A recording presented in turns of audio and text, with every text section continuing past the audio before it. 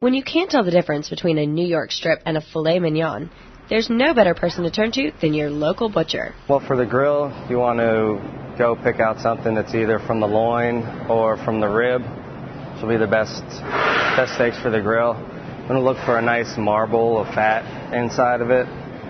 Your best marbled steak is probably going to be a ribeye. Butcher Dan Perry at Whole Foods Market in Richmond, Virginia, explains that the most expensive cut is not necessarily the best for the grill. A lot of people think filet would be the best thing for the grill. It is very tender, but I find a ribeye usually to be more tasty off the grill. It's got a little more fat in it, but a lot of people go for the filet. It's also your highest dollar cut. A steak with a bone in it can also be very good on the grill because the bone will give it more flavor.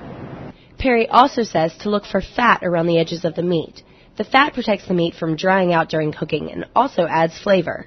In the meat world, there are 3 grades: select, choice, and prime, with prime being the best and most expensive.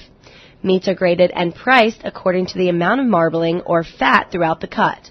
The more marbling, the fuller the flavor, and thus the higher the cost. Select meat's not going to have that marble I talked about. It's going to be very lean throughout, so when it cooks, it's going to dry up a lot easier. So with the marble in it for choice or higher, that fat will kind of melt down into the meat as you cook it.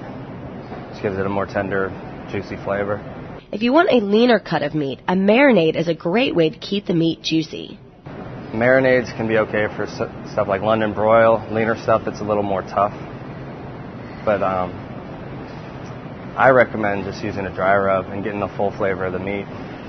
Now that we've chosen our cut, our neighborhood chef shows us how to grill it up right. Keep it simple. To put too much seasoning can ruin a perfectly good steak. They have enough flavor by themselves, so usually just salt and pepper, maybe a little bit of oil. And Chef Matt Britt at Richmond's Blackfinn restaurant and saloon says, when it comes to flipping your steak, don't overdo it. You should only have to ever flip it twice. Once you see the blood coming up on the top of it, you flip it once, and then it'll cook through to whatever temperature you need it. You can usually tell temperatures by touch.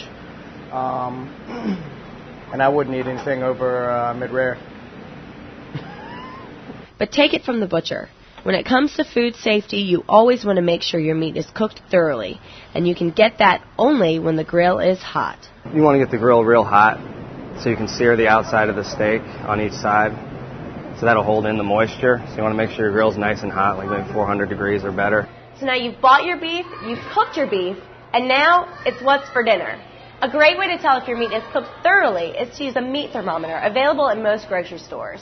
That way, you know you're feeding your family healthy, safe food. Reporting in Richmond, I'm Veronica Rohrmoser.